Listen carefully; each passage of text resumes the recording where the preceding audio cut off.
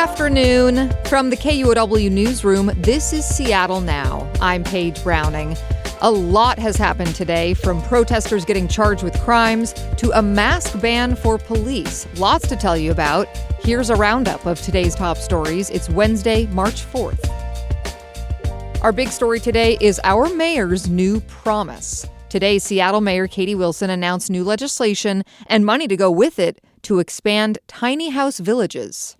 I have heard from so many people who are hungry for bold, effective strategy that finally treats our homelessness emergency like an actual emergency.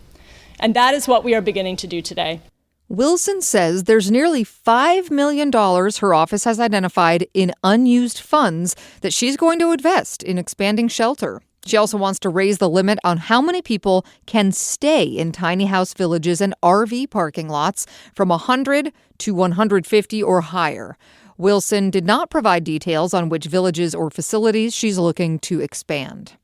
While Wilson focuses on tiny homes, the legislature's focusing on big salaries. But now the so-called millionaire's tax may not get approved this year after all. Governor Bob Ferguson's warning the debate could be delayed to the 2027 legislative session. The Washington State Standard reports Ferguson's been unable to resolve differences with lawmakers. At issue is how to use revenue from the proposed tax on incomes over $1 million. The legislative session ends March 12th. One thing that has advanced, a ban on law enforcement officers wearing face coverings is likely to pass. We get the latest from state government reporter Sarah Mises-Tan. The ban would prevent both state and federal officers from wearing a face covering while interacting with the public or making arrests. Representative Lillian Ortiz-Self says the bill is a response to federal immigration crackdowns. We have people picked up in unmarked cars, masked faces, in the middle of the night, thrown into a van and disappearing, and we don't know where they're at. These are unprecedented times, Madam Speaker. Opponents say the ban would infringe on personal freedoms of officers, and they argue this could make them vulnerable to facial recognition tech or exposure to drugs like fentanyl. A similar ban passed in California earlier this year, but a judge blocked the state from enforcing the ban on federal agents.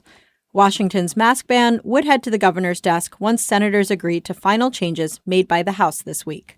In Olympia, I'm Sarah Mises-Tan. One more legislative note today. The bill to set up independent oversight for local jails has died. Investigate West reports Senate Bill 5005 got heavy pushback from some sheriffs, police, and county officials. Supporters say Washington is one of just 12 states without enforceable statewide jail standards.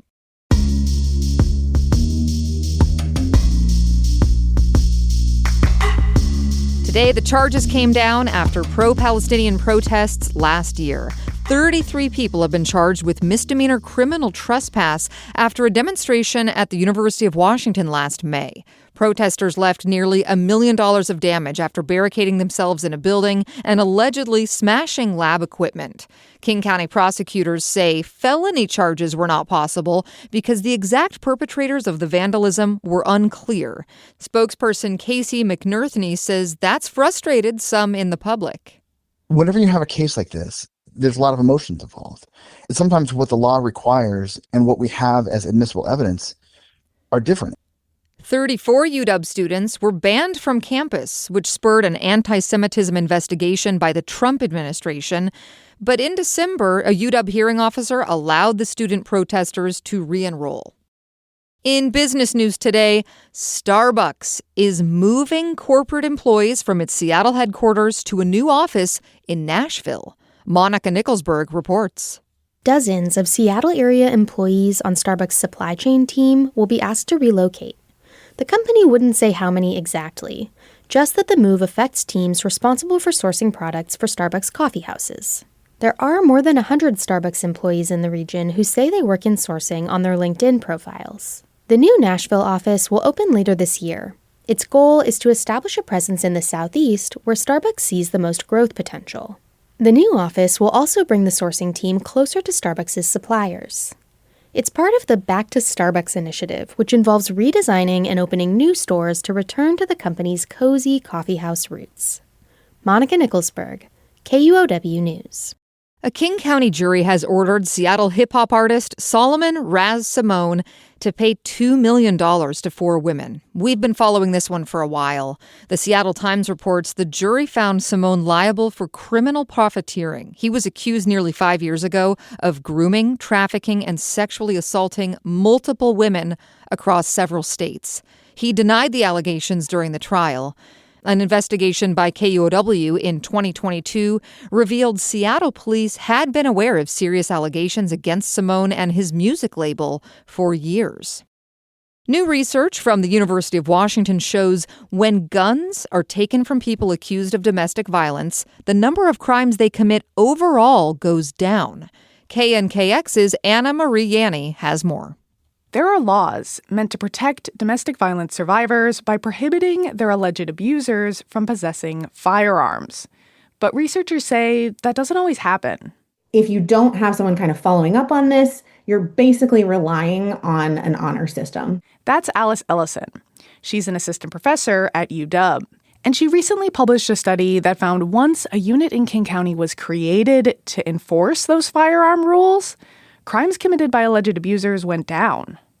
Work of the unit essentially reduced crime by about 27 percentage points. To find this, Ellison's team reviewed over 6,000 domestic violence protection orders and arrest data from before and after the unit existed. I'm Anna Marie Yanni reporting.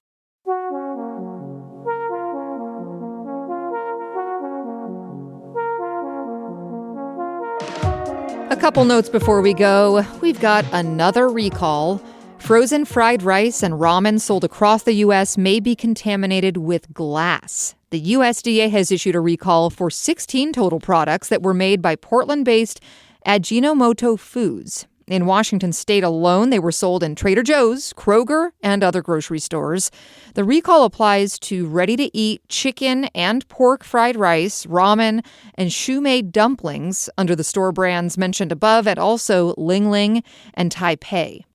And finally, let's prep you now for why you might see lines and lines of people this weekend on Capitol Hill. Pop artist Harry Styles is opening 12 specialty merchandise stores worldwide, with one cited for Pine Street. It's part of a marketing strategy for Styles' new album. So expect crowds on East Pine Street and Summit Ave while the pop-ups open Friday to Sunday. Next time on Seattle Now, housing permits for 4 and 6plexes have declined in Seattle, and that's even after zoning changes have expanded where they can be built. When I talk to builders, they say that they are in a knife fight for their lives. Just the market right now. One reason behind this might be power poles.